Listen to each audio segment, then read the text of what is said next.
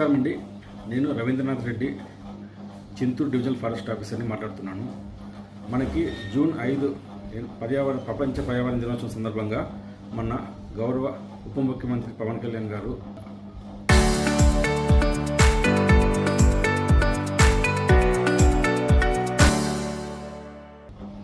పిలుపు మేరకు ఆ రోజు మనకి విత్తన బంతులు తయారు చేసి మొత్తం ఆంధ్ర రాష్ట్రం మొత్తం మీద అడవుల్లో వెదజల్లాలనేసి మనకి దిశానిర్దేశం చేశారు.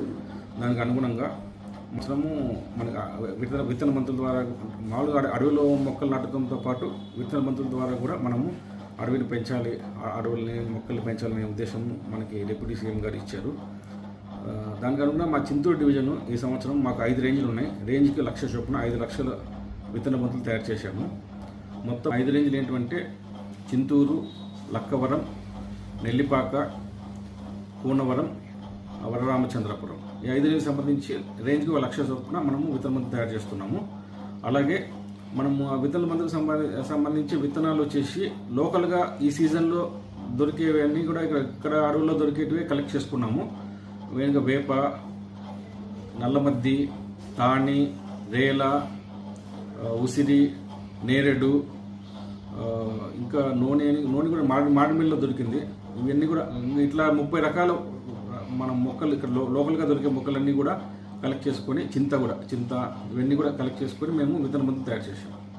మొత్తం మేము 440.50 హెక్టార్లు పలుచగా తక్కువ సాంద్రత ఉన్న చెట్లు అడవులను సెలెక్ట్ చేసుకొని అందులో విత్తన బంతులు చల్లడానికి మేము నిర్ణయించాము. దానికి అనుగుణంగా 5 లక్షల విత్తన బంతులు తయారు చేసుకున్నాము. అందులో భాగంగా మాకు చింతూరు డివిజన్లో వర్షాలు బాగానే లాస్ట్ 2 వారాలు బాగా చినుకులు పడ్డాయి. దానివల్ల పోయిన వారం అంతా కూడా మేము 2,71,000 విత్తన బంతులు మేము చేతి ద్వారా వెదజల్లాము.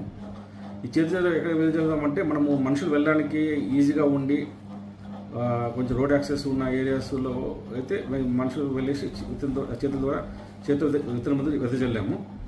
ఆ తర్వాత ఈ వీక్ వచ్చేసి ఒక డ్రోన్ మాకు అలాట్ చేసింది గవర్నమెంట్. ఒక టీం వచ్చారు, వాళ్ళ ద్వారా మేము మిగిలిన 2,21,000 విత్తన బంతుల్ని డ్రోన్ ద్వారా మేము వెదజల్లుతున్నాము. నిన్నటితో మా కార్యక్రమం మొదలైంది. బహుశా ఇది రాష్ట్రంలో ఇదే మొదటగా ఇక్కడ స్టార్ట్ అయినట్టుంది. ఇంకా వర్షాలు ఇంకా మిగతా చోట్ల పడితే అక్కడ కూడా స్టార్ట్ అవుతాయి.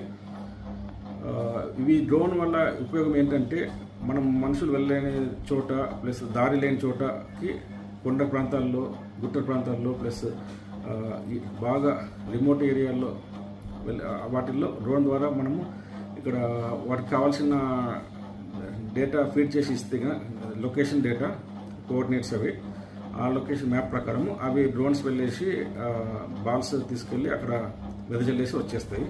ఈ కొత్త టెక్నాలజీని మన రాష్ట్రంలో ఈ సంవత్సరం మొట్టమొదటిసారిగా మన డిప్యూటీ సీఎం గారి ఆదేశానుసారం మనము పాటించడం జరుగుతుంది. దీనివల్ల ఏమవుతుందంటే ఆ విత్తన బంతిలో విత్తనాలు 1 నుంచి 3 వరకు విత్తనాలు ఉంటాయి. ఆ విత్తనాలతో పాటు లోకల్గా మట్టి, ఇసుక కలిపి ఉంటాం. అలాగే పేడ, ఎరువు కూడా అంతా కలిపేసి ముద్దగా చేసి ఉంటాం అన్నమాట. దాంతోపాటు వర్షం పడడం వల్ల మట్టి కరిగిపోయి వెంటనే విత్తనాలు మొలకెత్తి మనకి చిగురిస్తే అడవులు పెంచవచ్చు అనే ఉద్దేశంతో ప్రారంభిస్తున్నాము. దీని తర్వాత కూడా రెగ్యులర్గా మేము మానిటర్ చేసి ఎంత వరకు బతుకుంటాయి ఇది రెగ్యులర్గా మంత్లీ కూడా మానిటర్ చేస్తాము. దీనికి యాక్చువల్గా ఈ విత్తన వెదజల్ల వాటిల్లో కూడా మేము ప్రజల సహకారం తీసుకున్నాము. అన్ని చోట్ల స్కూల్ పిల్లలు ఉత్సాహంగా పాల్గొన్నారు. స్కూల్ పిల్లలు కానీ లోకల్గా ప్రజలు కానీ ఎక్కడ కనపడ్డా కూడా మేము అందరినీ సహకారంతో వెదజల్లాము. ఎందుకంటే వాళ్ళకు తెలియాలి.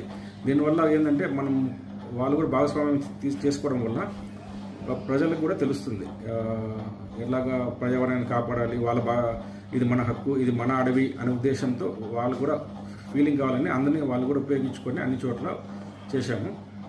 అలాగే పబ్లిక్ కూడా వాళ్ళ సహకారంతో వాళ్ళకి సంబంధించిన అడవుల్లో కూడా మనము గవర్నమెంట్ ఇంతగా చేస్తున్నప్పుడు వాళ్ళు సహకరించి పాల్గొనాలి, పెద్ద ఎత్తున పాల్గొనాలని కోరుతున్నాము. అలాగే వాళ్ళు కూడా ఎక్కడైనా అడవిలో సాంద్రత తక్కువ ఉన్న మొక్కలు ఉన్నా కూడా వాటిని నాటడానికి ట్రై చేయండి.